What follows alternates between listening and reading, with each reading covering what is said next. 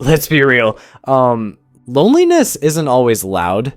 Sometimes it doesn't look like crying in the dark or sitting alone at lunch. Sometimes it looks like laughing with friends, like and still feeling unseen. Sometimes it looks like sending memes in group chats, then locking your phone and feeling hollow. Sometimes it looks like I'm good when you're not. I think the hardest part about feeling alone is pretending you're not. Keeping the mask on, holding it together. Because deep down, you're scared that if you let it slip, even for a second, no one will know what to do with what they see. So instead, you say you're fine, and no one asks twice. I want to talk about that today. Not in a dramatic way, not in a fix your loneliness in 5 steps kind of way. Just real talk. From one quiet person to another, about the kind of loneliness that doesn't show up in photos but settles in your chest when the day slows down, the kind that makes you feel like you're on the outside of everything, even your own life. If you've been feeling like that, you're not broken and you're definitely not alone in it. Let's talk. Part 1. The loneliest people aren't always alone.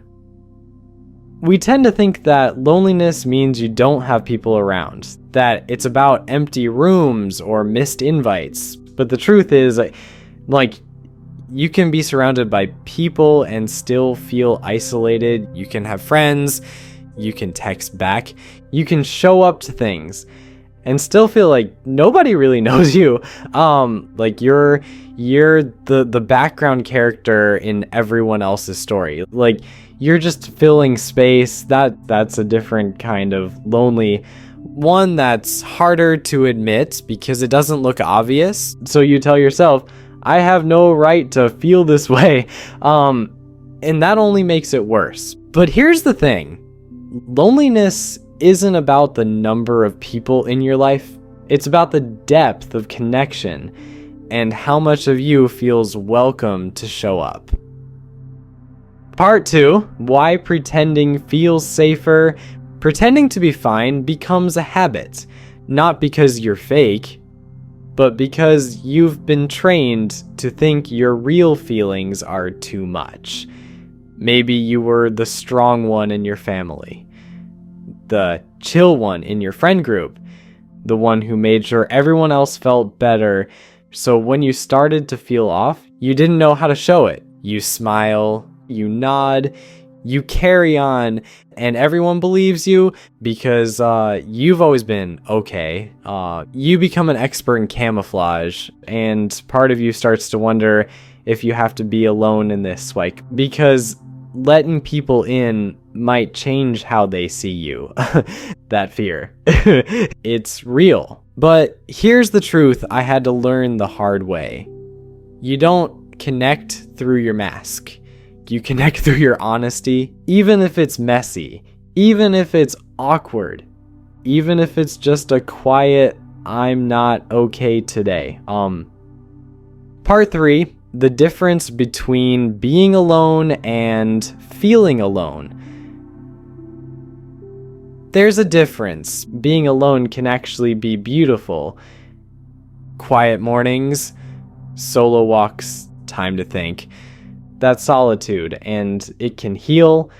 But feeling alone, that's different. That's when you don't feel seen, or understood, or wanted.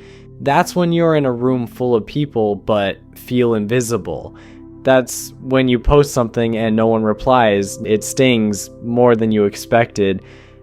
That's when you tell a joke that no one hears. It's not always dramatic. It's not always visible, but it builds. And if you don't acknowledge it, it turns into a quiet ache. The kind that makes you doubt if anyone would really miss the real you.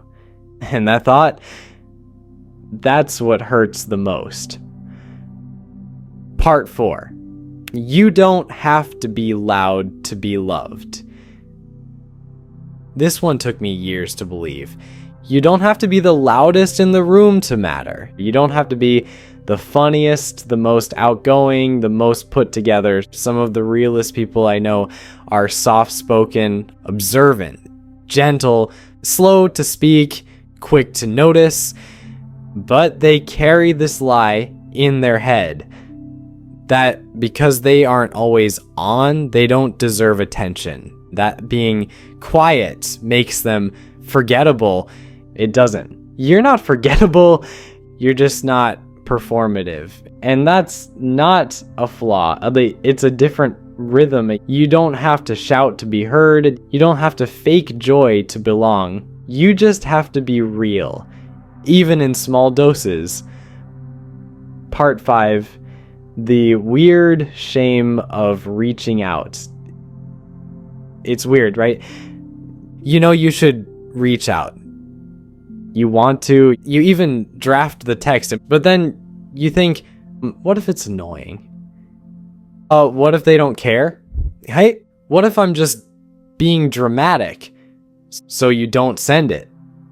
And the silence grows louder. Here's what I've learned. The people who really love you don't need a perfect explanation. They just need a door. And opening a little window that says, hey, I could use someone right now. And not every reach out has to be deep. Sometimes it's a meme, and sometimes it's, hey, can we call for 10 minutes? Sometimes it's, I don't have words, but I miss you. You don't have to bleed to be seen. You just have to say something, anything, and let people meet you there. Part 6, when they don't show up. This part sucks. Sometimes you try. You reach out, you're honest, and they don't respond the way you hoped. They're busy, they don't get it, they go quiet, and it hurts. It's easy to take that as proof that you shouldn't open up again, that it was a mistake to say something, that you are too much. But, no. What it actually proves is that not everyone is meant to hold your heart, and that's okay. You're allowed to be disappointed, but don't let that disappointment convince you to disappear. The right people, they're out there. They might not be loud, they might not be flashy, but they exist. Keep the door cracked open, they'll find you. Part 7, building connection in small ways. Sometimes we think connection has to be this big cinematic moment. A deep talk at 2 a.m., a breakthrough hug in the rain, an emotional confession. But connection often starts small. A shared silence, a check-in, a me too, a reply to a random story, and I get it.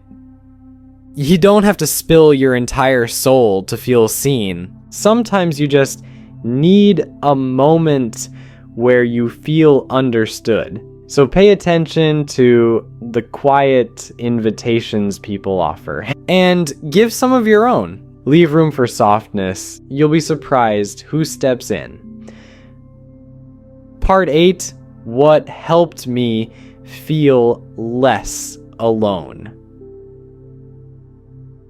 Here's what helped me. Not in a dramatic, overnight change, but in a gentle, steady shift. I stopped pretending I was okay when I wasn't, even if all I said was, today's been a lot. That was enough. I reached out without expecting the perfect response. Sometimes I just said, I don't want any advice. I just wanted to say this out loud. I started journaling, not to solve anything, just to hear myself clearly. I joined quiet spaces, book clubs, music chats, places where people didn't talk much but listened well. I let go of trying to be impressive and focused on being honest instead. I started checking in on others genuinely, not because I needed something, but because I knew what it felt like to be quietly hurting. And slowly, I realized something. I didn't have to be cured of my loneliness, I just had to be less ashamed of it. That changed everything. Part 9.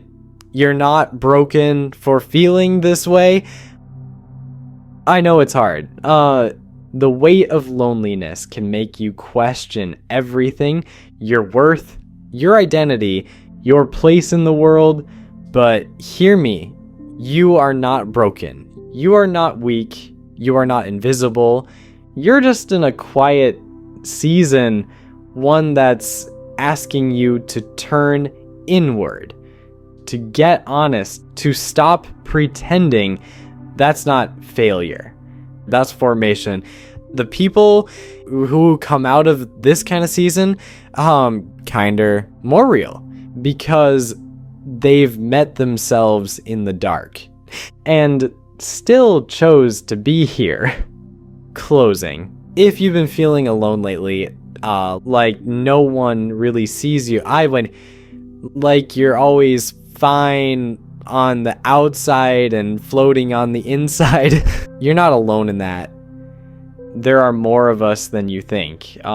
People who feel deeply, who stay quiet, who carry weight they don't talk about. And if no one's checked in on you lately, let this be that moment. You matter. You're allowed to feel this. You don't have to carry it all by yourself. Not today, not anymore.